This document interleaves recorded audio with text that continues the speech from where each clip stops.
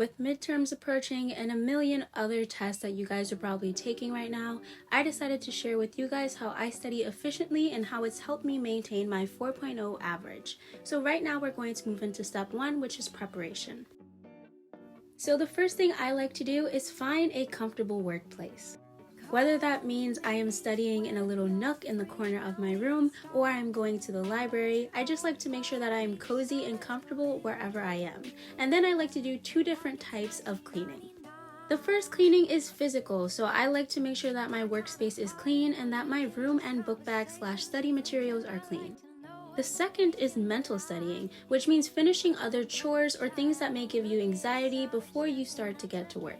And now it may seem like a madman saying do your chores before you study, but one, it realistically stops you from procrastinating and doing other things, but it also makes sure that you're not worried about other things and you can focus solely on studying. And then, this may go without saying, but maybe you guys need a reminder, make sure that you are taking care of yourself in between these study sessions. You won't be able to focus because you're going to be too hungry, too tired, and too dreary to even want to study today, so make sure you are taking breaks and taking care of yourself before you study. So once your chores are done, your room is clean, and all of those notifications are cleared, you can now move on to making your schedule.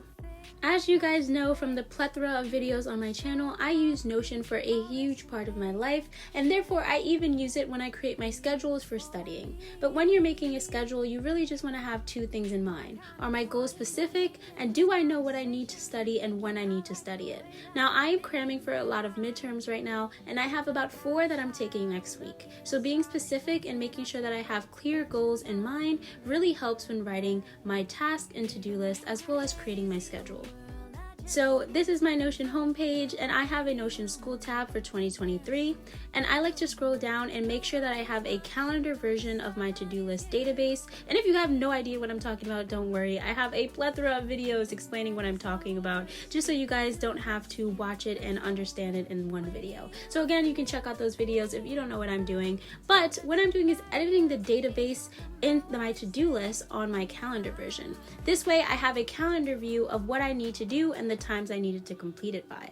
This just makes sure that 1, I can have a calendar version and see when it needs to be done, but I can also have a to-do list version so I can just check off those to-do lists as I go on. It's just really satisfying for me when I do things like that.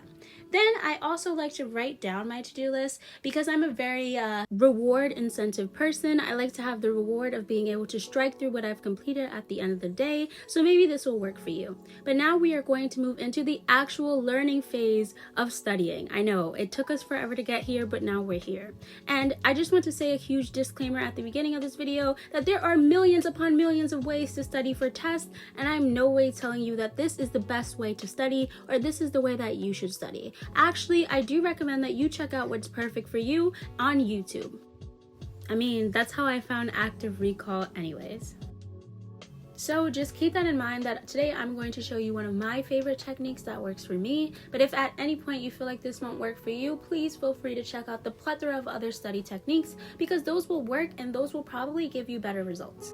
So in my version of active recall, I like to write down my notes, and I know a lot of you are going to be like, oh my god, she's a note taker, I am sorry. But I like to write my notes so that there's gaps so that I can fill in the blanks. So I don't really necessarily copy down the notes that come from my slides or my textbook, but I rather make an outline of my notes that I can fill in from my memory later. It really helps me when figuring out how to organize my notes and what to fill in and when to do it, and it really just improves my test scores 100 times. So once you have made that outline and have a general overview of what it is you're studying, it is time for revision. This is when I pull out my notes that they forced me to take at school, and they probably forced you to take at school because that's how school works. And this is when I fill in those gaps of the things I don't know. So after reviewing my notes and reviewing all of the information that I have, this is when I turn back to my outline and try to fill things in from my memory. And if I don't have something there, I will search it up or find it in my notes to fill it in. It's really important that you have that ability to recall this information once seeing it, and so being able to review your notes, review the textbook, and review all of your slides to fill in those notes is very important, and it really helps increase your recall skills. I will link to all of my free and paid apps that I use for studying, but Quizlet by far is one of the best apps I have found in my academic years.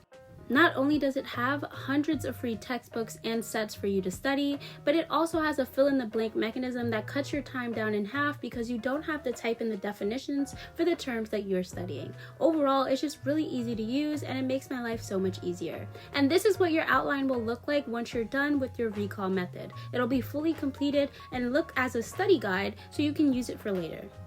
So here's the overview of the information I said today. You're going to want to prepare your workspace, then you're going to want to overview or look at the information you need to study, and then you're going to practice your recall to fill in those blanks of the things you just studied. And make sure that you're writing a schedule so that you know what you need to study, you're taking breaks in between so that you don't exhaust yourself, you're using active recall methods and testing methods to make sure that you are keeping and understanding what you have to know, and you are just having fun with it, because at the end of the day, studying is boring, and if you're going to be bored, at least do it in fashion. So thank you all so much for watching. Oh, I can't speak. I was doing so good this video. Anyways, thank you guys so much for watching. I will see you in the next video, and if you would like a study with me video or me to expand on anything I mentioned here, please let me know in the comments below, and I will see you all next time. Bye everyone.